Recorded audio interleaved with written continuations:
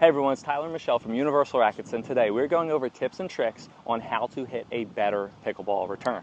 We're not only going to be teaching you how to get a better return, but reasons why you may not be hitting a good return.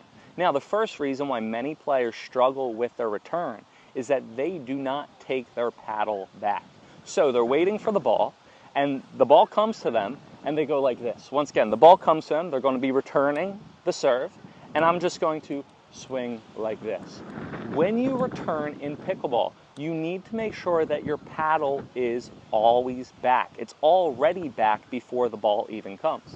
Can I say the ball real quick? Here we are. So, think, the ball's coming. Players, they don't take their paddle back, so they wait, and then they go, and then they hit it super late, and then the ball goes out. Instead, take the paddle back already before the ball even crosses the net. Now the ball's coming, and now you can make contact out in front. When someone serves the ball at me, the first thing I'm going to do is take my paddle back. Once again, when someone serves a ball at me, the first thing I'm going to do is take my paddle back, and then I'm going to swing. And now the second thing that you want to do that will improve your return of serve is notice what I'm not doing is when I serve, I'm not waiting and then swinging, okay? It's not going to work. What I want to do is I want to take my paddle back and then move forward towards the ball. You do not want to let the ball come to you. You want to make sure that you go to the ball every single time. I'm going to take my paddle back and move up to the ball every single time. I am moving up to it every single time. I'm not letting that ball come to me, especially when it's really windy. Think what it's going to do when it's windy in pickleball. The ball is going to hit and it's going to veer off to the side. Instead of that, instead of waiting for the ball, I'm going to move up to it. So in the wind, the ball's not going to move. So here we are one more time. It's windy, paddle back, I'm moving up. I'm not letting that ball do anything that it can veer off to the side or anything. So I'm moving up to the ball and hitting it, okay? So we're taking our paddle back, we're moving forward. Now the next thing that I want you to do is I want you to watch the ball and keep your head down. A lot of players, they go to hit, they hit, and they pick their body up. I need to make sure. Here we are, paddle back, watch.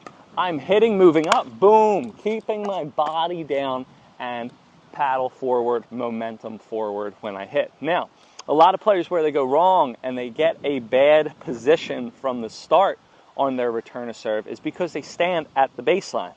You do not need to stand at the baseline on the return of serve. All you have to do for the return of serve is let the ball bounce, right? So I can be up here, Michelle serves it, try it, let's see. Okay, I'm gonna have to get out of the way and then let the ball bounce. And I don't wanna move back because I'm on defense. But a lot of players, they think that they have to stand at the line. If someone hits a normal serve that's deep, the first thing that I have to do, if someone hits a normal serve that's deep, what am I going to do? I'm going to move back because I have to let it bounce, and then I'm setting myself up for failure. Instead of standing at the line and the first thing you're having to do is move back, we're going to move back a little bit, and the first thing that I can do now is when I return, I can move up to it. So again, instead of standing at the baseline, being the first thing that you have to do is move back, you're going to take a couple steps back and then move forward. Now, Tyler, I used your tip. You let me know in the comments. I stood back, and now my opponent is serving short to me every single time. Well, clearly, if your opponent is serving short every single time, you're not going to stand all the way back. But if you're playing a normal server that serves the ball kind of deep, start a little bit back more so you can go forward and you can be in a better position from the start when you play pickleball.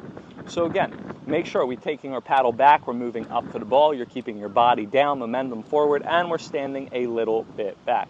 Now the next thing that we're going to do every single time is when we hit, this is a great tip, okay? Instead of facing straight forward to a person straight ahead of me, I'm going to angle my toes directly towards the server. That if I kept on walking, I'd walk directly towards where the server is. So I'm going to point my toes here. It's going to allow me to cut off the angles, and watch. Here we are. I'm now walking towards my opponent. So now I can get the angle over here or over here. So again, instead of facing forward, having to go to the side, I'm now turning this way. And now again, I can angle my body forward to cut off different types of serves. Now, I hope you guys enjoyed this video. Shout out to the Pickle Yogi, Michelle, my beautiful wife. Make sure to follow her on Instagram. We put the link in the description. Make sure to follow me on Instagram, Pickleball with Tyler, and make sure to check out Selkirk paddles, Selkirk hats, shirts, everything. We put a link in the description. If you use our link, you will get a gift card with your purchase. And also make sure to check us out on Meetup. We host weekly free live Zoom trainings that go over different things in pickleball. That was one of my best endings. I think I stumbled a little bit at first, but we ended up good. So have a good one, guys. Happy hitting, good returning, and we'll see you guys on court.